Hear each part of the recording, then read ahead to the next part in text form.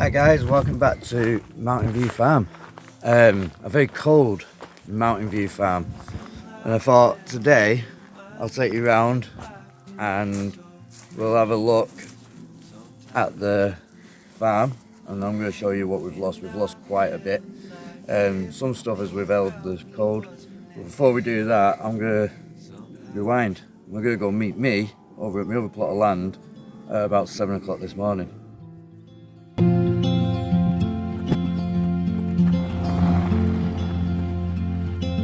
At night I hear the rhythm of the ocean as it breaks on the shore. Well, as you can see, And I think about it's not looking too healthy. So, thought I'd show you around. It is absolutely freezing, there's frost on everything. But yeah, I'll show you around, show you what we've lost over it. As you can see, aubergines and peppers, they've gone. I had a feeling they would go anyway. We picked the last of the aubergines that were okay yesterday.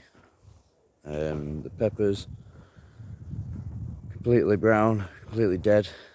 So possibly with the peppers, if we trimmed them back, they might come back in the spring, but we're not too worried about that.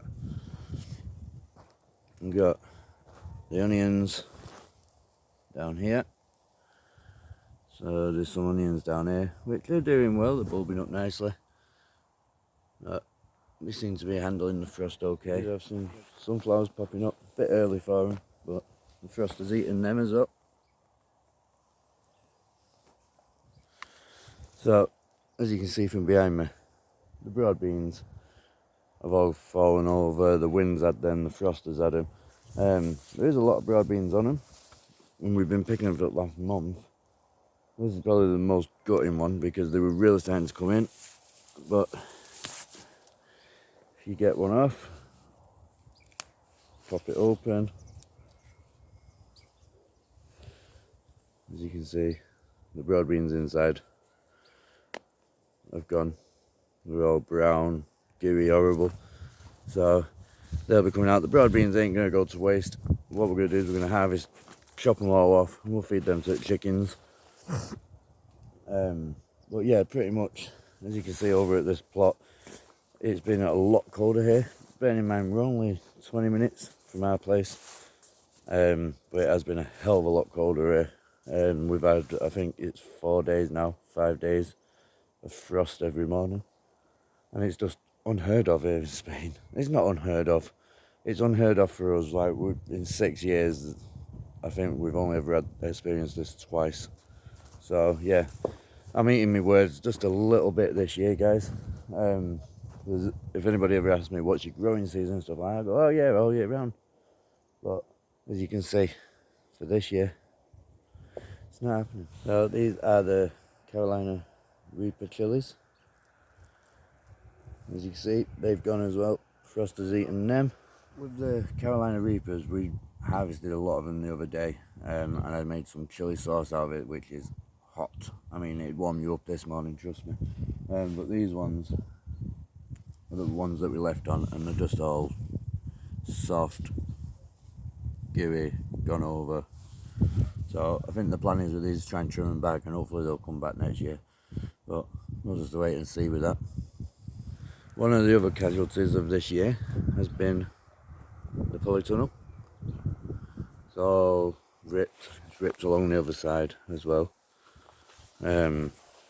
It's bent all the framework, but this is not a lost cause, because the idea is now is to try and maybe cut this polytunnel in half and just run it off the side of that wall over there to grow seeds in.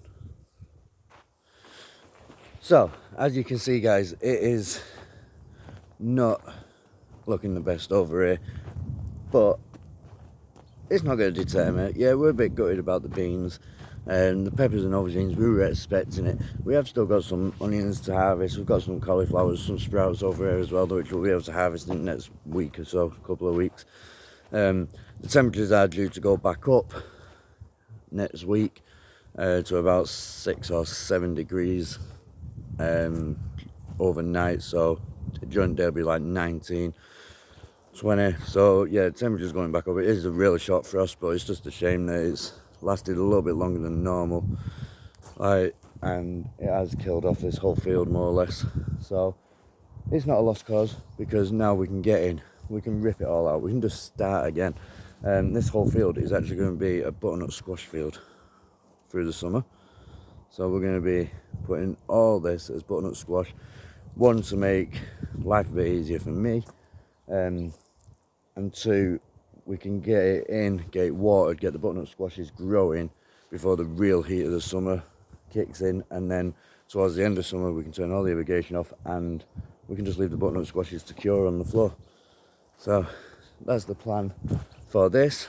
The polytunnel will be moving, which is going to give extra space down there. But yeah, I just wanted to show you. I don't bring you over here very often. I just wanted to show you the downside of growing in Spain in January. But we are gonna go now back to our plot of land, and meet up with myself over there, and we'll go through the garden over there and see what we've lost. So we're back at the farm, and as you can see, this is the difference that 20 minutes makes. So these peppers are no different to the ones over there. The only difference is they're here. Right, and you can see they're still green. They've had no closhes on them. They've not been treated any different. They're still giving off peppers, but like I say, maybe here we're just in a little more of a microclimate. Maybe the mountains protect us a bit more. So yeah, as you can see, I think for next year we will grow peppers over here, and we might even put them in this area, because maybe the wall and it's so enclosed actually helps it survive a bit longer. So, but yeah, got some really nice peppers on here. So these are the broccoli plants that we planted a few weeks back. They're doing okay. There's a bit of discolouring to the leaves, but I'm holding out hope because we've got new leaves, new shoots coming up in the middle. So these should be okay. And if we walk over here, we've got the kale, and a lot of it is just discolouring to the leaves. As you can see, there's a bit of yellow leaves. We'll go around, we'll pick them off, but it's still sending up new shoots from the middle. So we should have a nice harvest of kale. Kale is pretty hardy, it doesn't mind the cold too much. Got a bit of celery left over there as well, which seems to be doing well. So if we start walking up through the garden, you can see we've got the beetroot, the chard, we've got some rainbow chard here, and we've got some ruby chard growing over there, and some beets. The beets are starting to go a bit yellow. I'm guessing that's down to the cold, so they'll probably be coming out today. We have a look in here. We've got the rosemary, which is just not looking great, but there is some nice green colour on it, so we could come back. We've got curry plant. This one hasn't survived, but that one's bouncing back and doing well.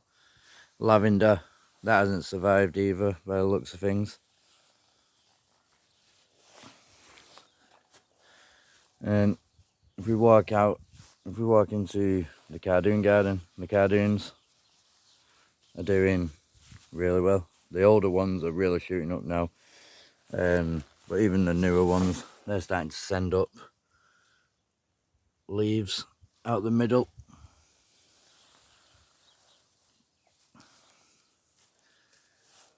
They've got plenty of oranges on the tree.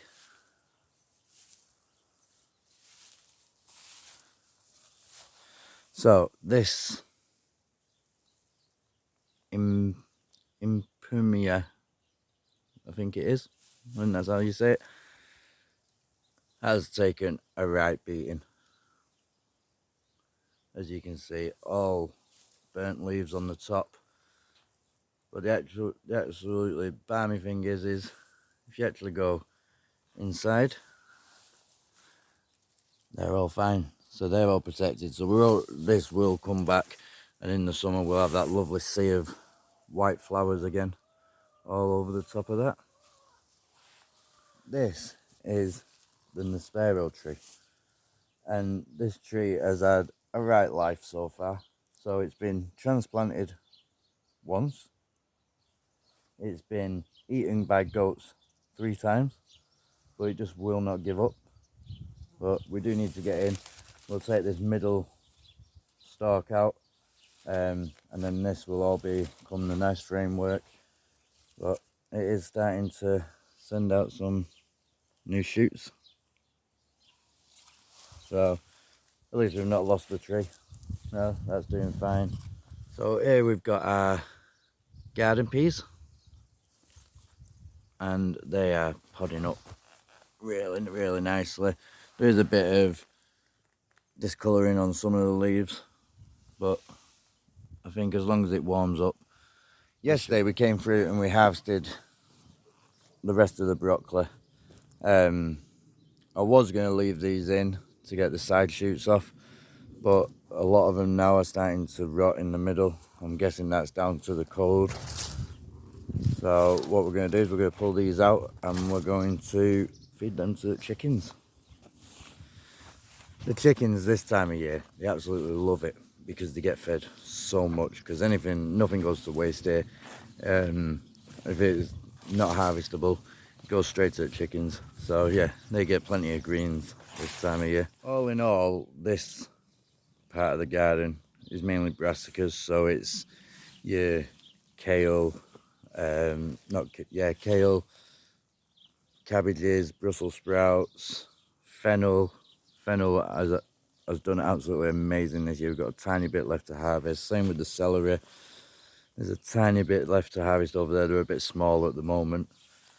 But what we'll do with them is we're going to put some stakes in and put like a black sheet around them. And then hopefully that'll make them grow upwards and blanch them really nicely. So, but yeah, all in all, this part of the garden, there's not been much damage over here.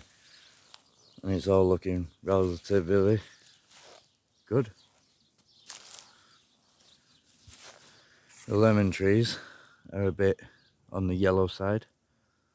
But they're coming in to pick these this week. And then we will be trimming them back. And then we'll give them a really good watering. So, yeah, that should bring them back to life. To be honest, we're not the only ones. If you look around our area, a lot of the lemon trees have gone yellow this year. This is baby gem lettuce, which we have planted, and I'm quite hopeful. It's sending up new shoots from the middle, but the outer leaves have started to go a bit yellow, and some of them have started to die, so hopefully they'll be okay and they'll pull back through. So guys, look at this. This is dinosaur kale, apparently. So we got given some plants. This is definitely kale, but if you come over here, this is actually sprouting broccoli. So there was a mixture of plants that got given to us. You can just see the little broccoli heads starting to grow. But yeah, I'm really pleased with these. And next year we're going to be growing a lot of this sort of stuff for the customers. This year it was just a tester just to see whether it'd survive here, but it's doing really well. So definitely we'll be letting that go to seed. We'll be saving the seeds on that for this year and planting plenty of it. So we started to harvest our first cauliflowers last week. They were only small, but we've got plenty coming up. And what we'll do with these is we will get a band and we'll band them up like that, and it should keep the actual cauliflower heads nice and clean and tidy until they're ready to harvest. Well, we've got plenty of cauliflowers. They all seem to be growing at different stages for some unknown reason. So all in all, no, we've not lost too much at this plot. We lost quite a bit over at the other plot, but it's just given me a better idea for future planting, what to plant over there, what to plant here, stuff that we can maybe protect a bit better here. So yeah, hopefully the frost now will go and it will just, the temperatures will start creeping back up. We're going to be over the next couple of weeks now just getting beds prepped, ready, get the horse muck down, get it worked in, and then probably mid-February we'll be starting to plant out again, and by then a lot of this will be finished and gone, and we'll have that space to plant out even more. The trees will be done, so we'll be planting between the trees. But yeah, all in all, guys, it's not too bad. It's not too bad. You expect it sometimes. No, you can't predict the weather. The weather predicts you, basically. So what we're going to do now is I'm going to say thanks for watching. If you've not already, go down, hit that subscribe button, and I will catch you next week. From now on, we're going to be releasing a video every Sunday, probably mid-afternoon. So yeah, every video will be released on a Sunday from now on. Catch you on the next one, guys.